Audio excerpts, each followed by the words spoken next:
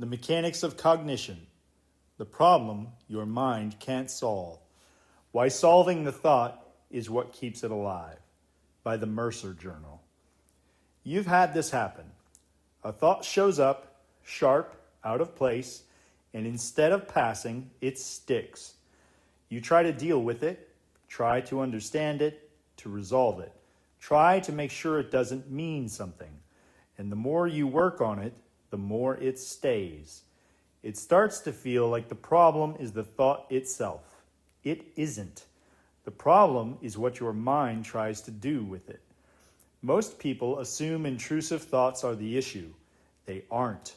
The issue is that the mind treats certain thoughts like problems to be solved, and some of those problems don't have solutions.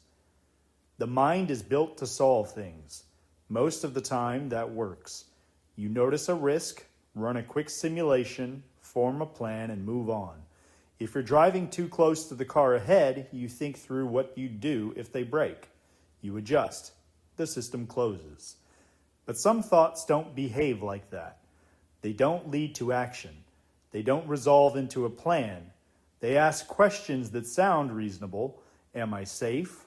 Would I ever do this? What does this say about me? But they carry a hidden demand, certainty. And certainty is not something the mind can produce on command. So the system keeps working. This is where the loop begins. A thought appears. The mind treats it as a problem. Problem solving starts. No answer satisfies. The mind tries again.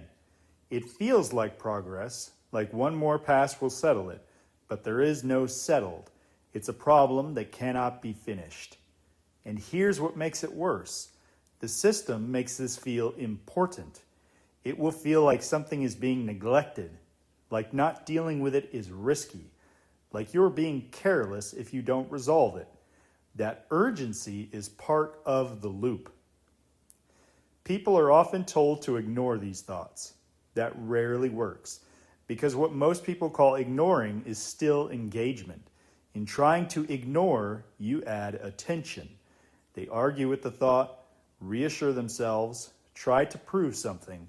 I would never do that. This isn't me. Let me think this through one more time.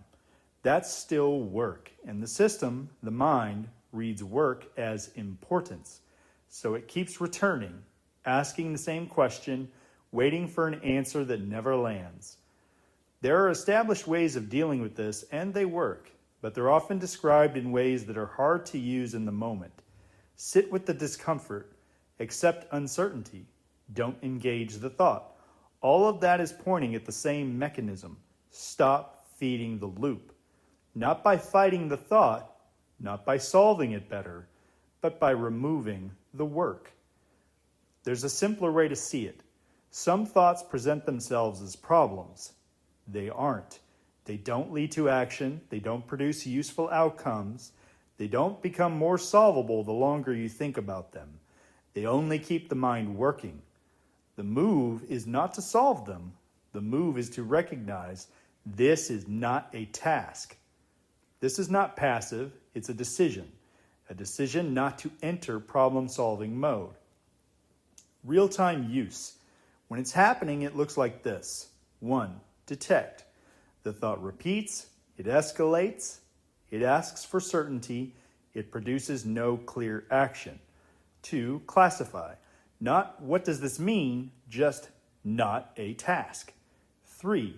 Refuse the work. No answering, no reassurance, no internal debate, no pushing it away. 4. Continue. Return to what you were doing.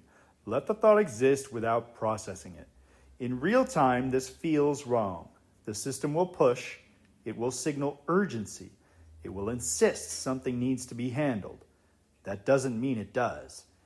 You don't get to skip the discomfort. That part is already there. What changes is whether you add to it. Most people feel the discomfort and then spend hours trying to remove it, thinking through it, checking it, revisiting it, trying to reach certainty. That extra work is what keeps it alive. Remove the work, and the system has nothing left to run on. Over time, something shifts. Not because the thought disappears, but because it stops being worked on. The loop weakens, the duration shortens, the urgency fades faster. A note: this applies to the kind of thoughts that loop without producing action. If something is severe or overwhelming, getting outside help matters. The mind will continue to produce thoughts. Some of them will be strange, sharp, or out of place. That's not the issue. Everyone has them. The issue is whether every thought is treated as a problem to be solved. Some aren't. And when the mind stops trying to finish what has no finish, something simple returns: movement.